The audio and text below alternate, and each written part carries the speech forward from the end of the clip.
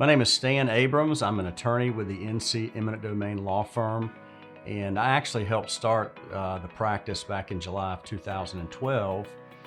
Before then, I worked as an assistant attorney general in Raleigh, and basically, long story short, I was a lawyer for the North Carolina Department of Transportation full-time. In July of 2012, I left the Department of Transportation, the AG's office, and started this practice, and I've been representing property owners full-time across the state since July of 2012. Let's talk a little bit now about the process, about what you might face as a business owner, commercial property owner, or maybe even a church or some sort of a special use property in North Carolina. And you're going to first get contacted by someone who either is an employee with the North Carolina Department of Transportation who works full-time as a right-of-way agent for the North Carolina Department of Transportation, or you're going to be contacted by a right-of-way agent who works for a private company who is under a contract to acquire right-of-way and negotiate a fair price for your property. These right-of-way agents do this for a living. Although they may not be dishonest or deceitful or anything in that nature, they don't work for you, they work for the DOT. And so you are not their number one priority, the DOT is their number one priority. And the next thing that will happen after that is the DOT will send an appraiser, or that right-of-way agent will send an appraiser out to your property to do an inspection. Typically, they are appraisers who do a lot of work for the DOT and they use them for specific reasons.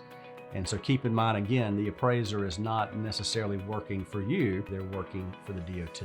It's important at this point in the process to make the appraiser aware of certain things that might be important to your case. Let's say you have an office building and you have refurbished the office building that was built in 1975. You put in new heating and air, you put in a new roof, you put in new carpet, you asphalted or paved the parking lot, all those things that you should make the appraiser aware of that makes your property potentially more valuable. So after the appraiser does an inspection, they will go about the business of doing an appraisal for your property, and the offer that you receive in writing from the DOT is based completely and entirely on what that appraiser says you are owed by the DOT.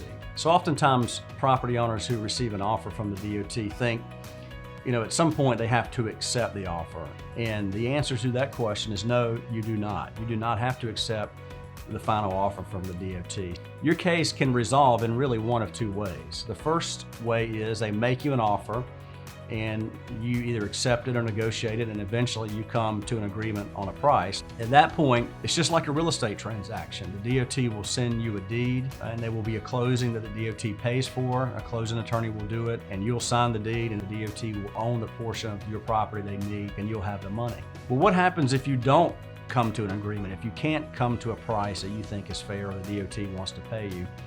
Well, what happens then, the DOT files what we call a condemnation. They file a civil action in the county where the property is located. Basically, they sue you as the property owner. You're the defendant, they're the plaintiff. And when they file that condemnation, they own the property or the piece of the property they need. In exchange for that, the law says they have to deposit into the clerk's office their estimate of what they say they owe for your property. After the condemnation is filed is really the time period where you have more of a chance to maximize your compensation in the case versus before that time period. But that's an important right that you have as a property owner, to allow that condemnation to be filed, to take that money that's been deposited and continue on with your case to get the compensation you fully deserve. Once your case is over with and the money is paid, it's over with. You don't have a second chance to go back and get compensation over and over and over again.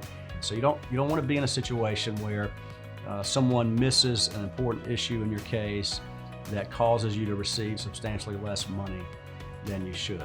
The other thing I think is important, and this is based on my experience, not only working as a lawyer for the DOT, having represented the DOT in cases for many years, but also now as a lawyer who represents only property owners, I think it is important to have an attorney who has experience doing eminent domain cases, has experience doing condemnation cases, has experience representing both sides on these cases.